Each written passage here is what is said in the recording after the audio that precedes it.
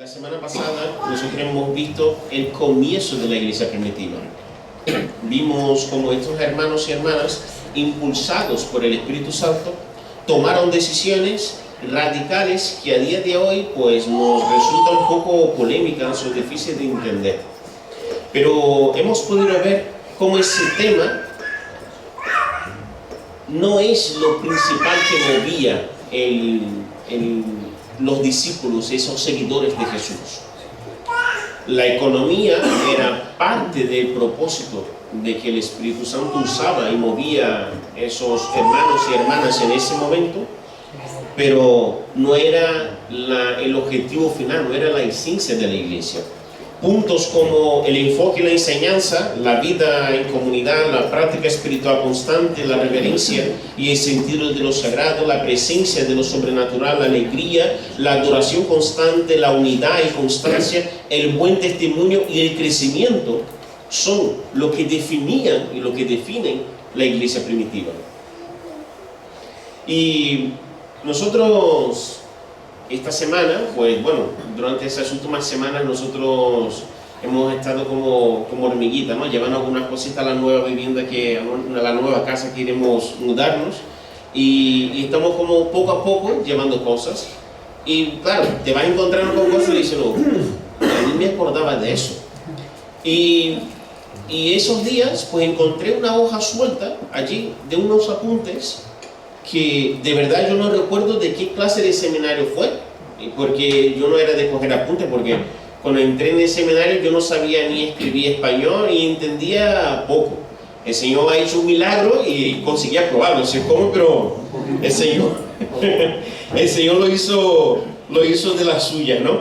Pero de los pocos apuntes que yo tengo, o que lo tenía, esa hoja estaba suelta y cuando me pongo a leer, pues venía escrito un título y luego los apuntes abajo y ponía crisis política o crisis moral.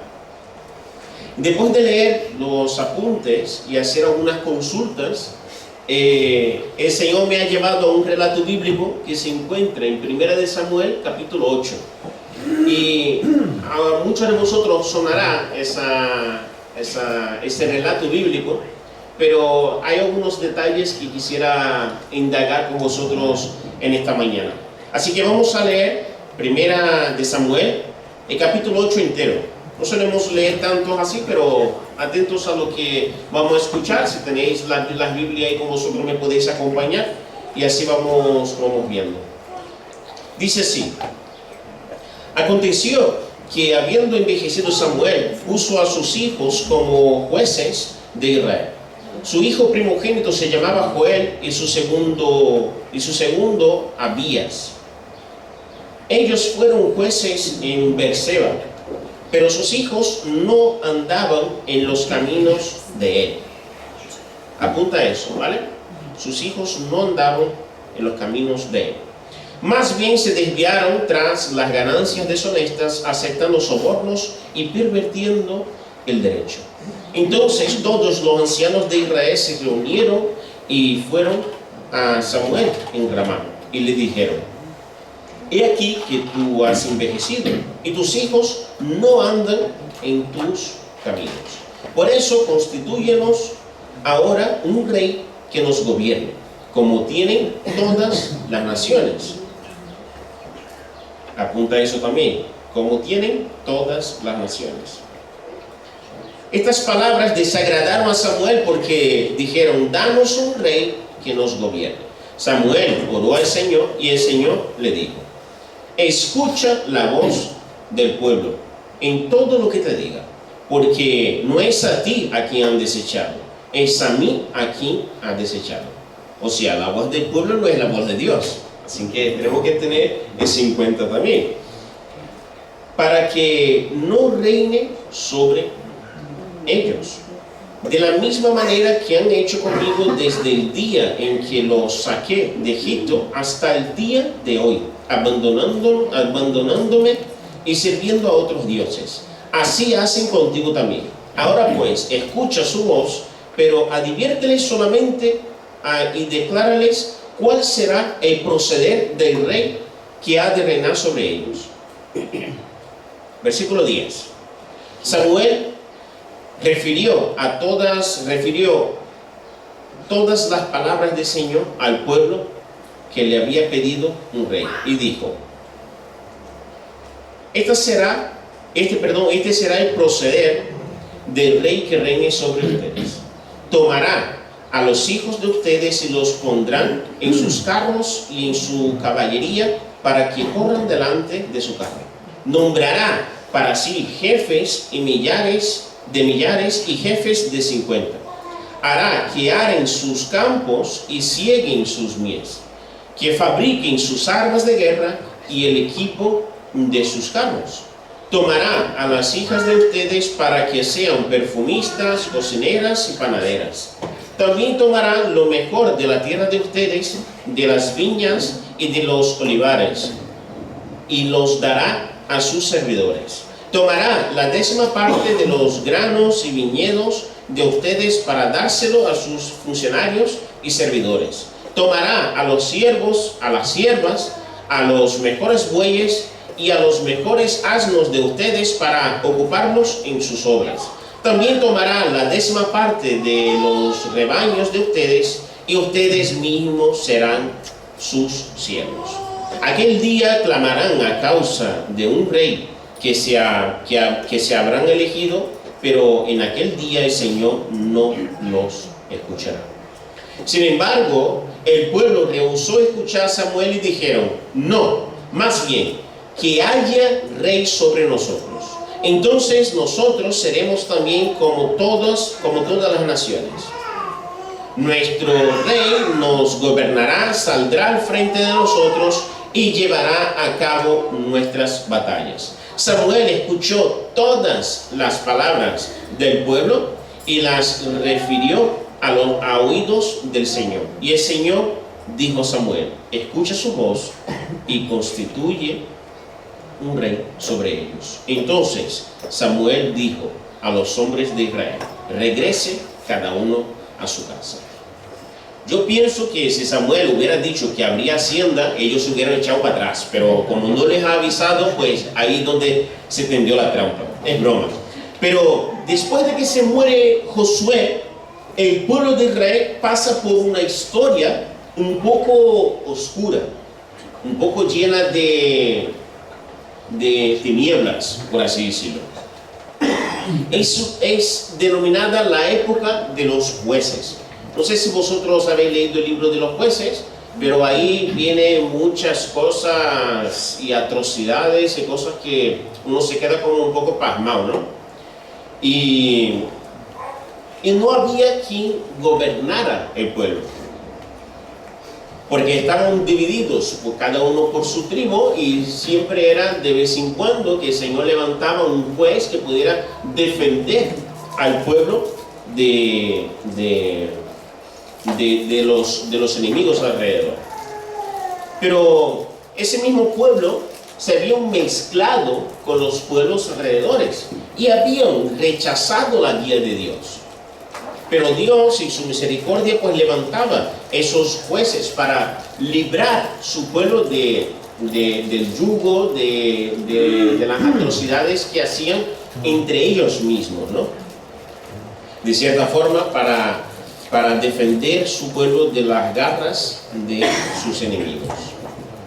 Hasta que nace Samuel. Pero este profeta, sacerdote y juez no llegó a este puesto porque sí. Su padre no era sacerdote. Y lo que debería suceder de forma natural, el liderazgo del pueblo en aquel tiempo, eran los hijos de Elí, llamados Ofni y Finés. Pero como eran hombres malos y no tenían el temor del Señor, el Señor permitió que ellos murieran en batalla. Y Samuel, al crecer al servicio del Señor, crecer allí sirviendo al Señor, tenía desde pequeño una conexión muy especial con Dios. Creo que todos nosotros recordamos la historia de Samuel, cuando Dios habla con él y piensa que el profeta era el sacerdote Elí que le estaba llamando y era el mismo Dios hablando con él. Y había una relación tan íntima con Samuel que eso es lo que después fue reflejado en su vida en el futuro, ¿no? Sin embargo, los tiempos en los que Israel gozó de un buen liderazgo, un auténtico liderazgo, quedaron atrás. Y ahora Samuel está llegando ya al final de su vida y va estableciendo como por decir, una descendencia o un renuevo de liderazgo, y pone sus hijos, pues era el liderazgo, como por decir, común de aquel tiempo, cuando los hijos de los sacerdotes solían ser los mismos sacerdotes. Pero sus hijos tienen malas conductas y actúan con maldad. Además, no solo son deshonestos y aceptaban sobornos, sino que pervertían a los que hacían de una forma, querían luchar para hacer de una forma correcta.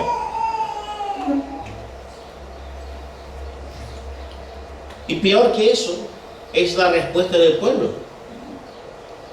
Al rechazar el liderazgo de Dios, al creer que los hijos de Samuel liderarían al pueblo de Israel por mucho tiempo y sin pasar impunes por eso.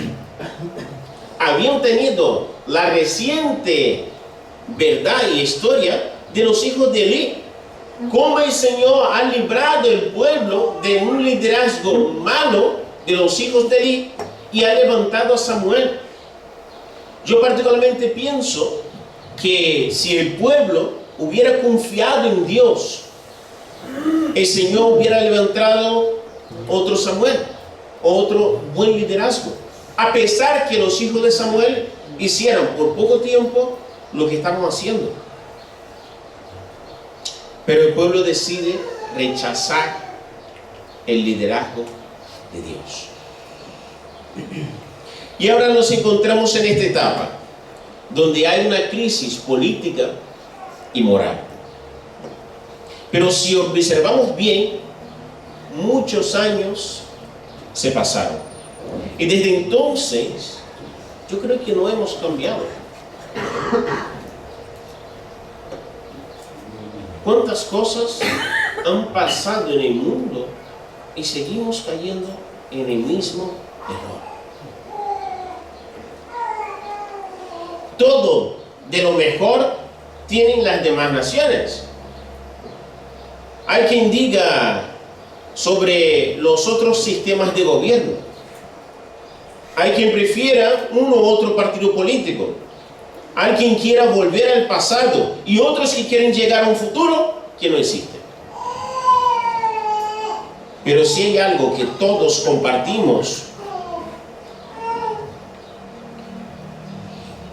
es que pensamos que la culpa siempre son del otro, de los demás. Nunca es nuestra. Independiente de la ideología que nosotros tengamos, la culpa siempre será del otro. Y por eso no funcionamos bien.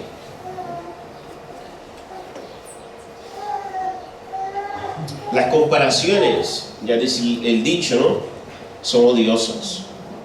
Y cuando exigimos un cambio, es más fácil que otros cambien antes que nosotros mismos. Jesús acusaba a los fariseos de eso, de poner cargas tan pesadas al pueblo que ni siquiera ellos mismos podrían cargar. Que algunos hagan las cosas mal, no nos da el derecho de hacer también mal. Que suframos las consecuencias de la maldad ajena, eso no nos da derecho, no nos permite, no nos da carta blanca de hacer las cosas mal. Jesús nos enseña a pagar el mal con el bien y a amar a nuestros enemigos. Todas las consecuencias que sufrimos actualmente en nuestra sociedad son consecuencias de haber quitado Dios del centro de nuestras vidas. Vivimos una auténtica crisis moral y política, donde lo que buscamos para no tener problemas es hacer lo políticamente correcto, para quedar bien. Vivimos en una sociedad donde los principios están invertidos, donde lo bueno se llama malo y lo malo se dice bueno. Los valores se están perdiendo y quizás ya estén perdidos.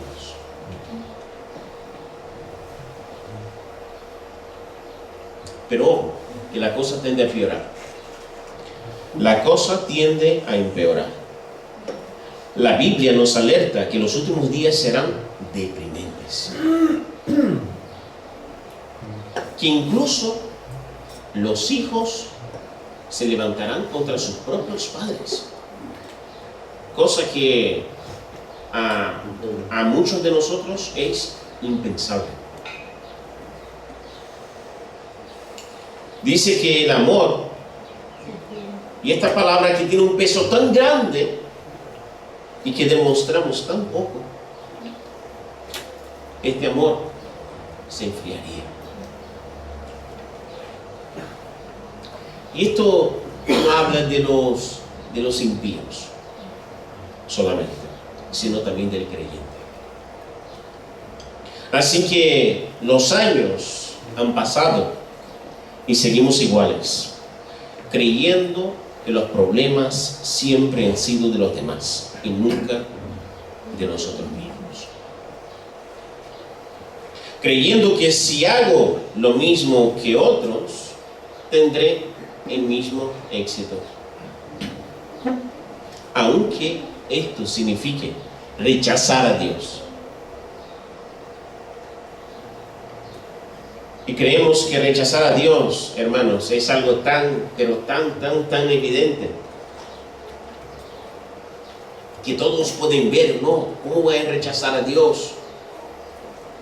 Si supiéramos todas las veces que rechazamos a Dios en nuestro día a día, estaríamos pasmados. Hermanos, el mayor error que podemos cometer es creer que el error es de los demás y no de nosotros. Y con base en esto, respaldar nuestras acciones. No. Es que como los hijos si están haciendo mal, nosotros también no tenemos el derecho de hacerlo así. ¿Sí? Respaldar que algo que si estás haciendo mal, yo también puedo actuar mal, porque yo tengo el derecho.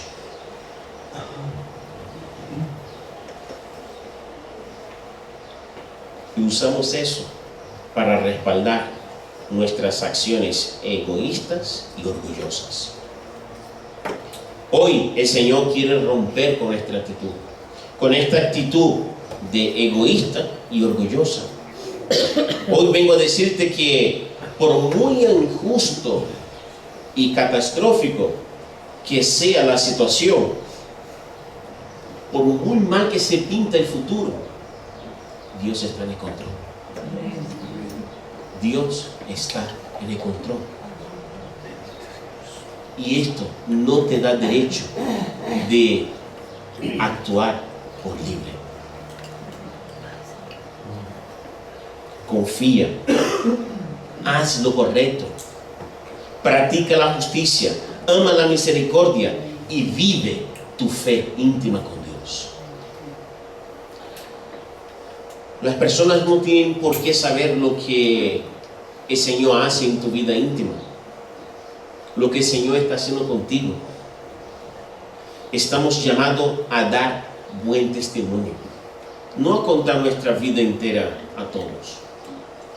El buen testimonio se da en circunstancias adversas. Dar buen testimonio en buenos tiempos, cualquiera lo hace. Actuar políticamente correcto es muy fácil. Pero solo y solamente los discípulos, los que han nacido de nuevo,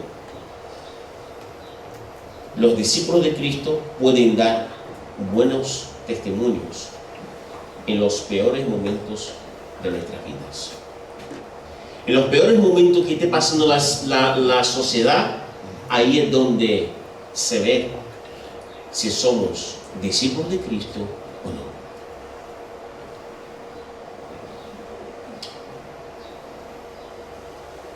Cuando pasó lo de la pandemia, nosotros estando allí en Madrid, nos hemos dado cuenta de muchas personas que se presentaban muy espirituales o que decían creer en Dios y vivir una fe íntima con Dios, y que luego sus acciones no demostraban ser discípulos, hijos de Dios. Es en el peor momento de tu vida donde el fruto del Espíritu tiene que ser más evidente. Israel estaba atravesando tiempos de oscuridad y tiniebla. Ya habían visto todas las atrocidades y tantas cosas que habían pasado, pero también han visto la mano de Dios en todos estos momentos. Habían tenido la respuesta inmediata de cómo Dios ha levantado a Samuel como un verdadero sacerdote, juez y casi un padre para el pueblo.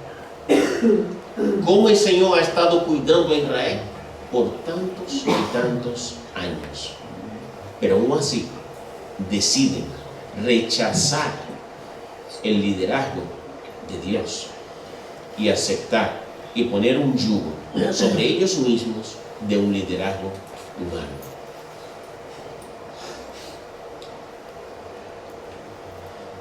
Hermanos, dejémonos de buscar culpables.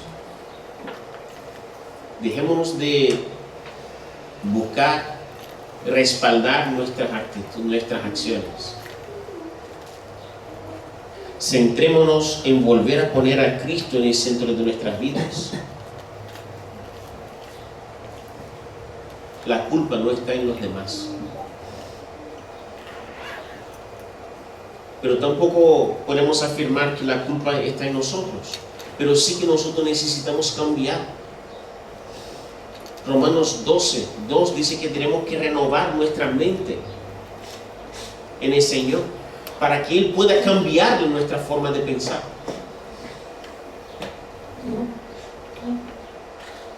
Dios te ama y está dispuesto a gobernar sobre tu vida. Y tan solo tienes que entregar o volver a entregar el control de tu vida a Él para que Él pueda gobernar.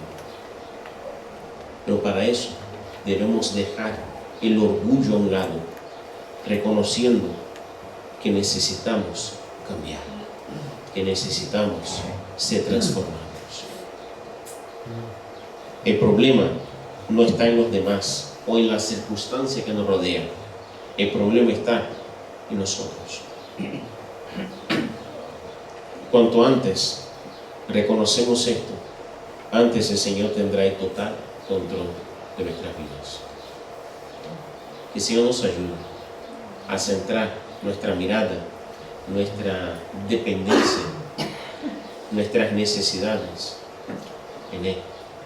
Centrar en nosotros que debemos dar ese paso. Y no podemos esperar que el otro dé el paso, porque ese paso puede que nunca llegue.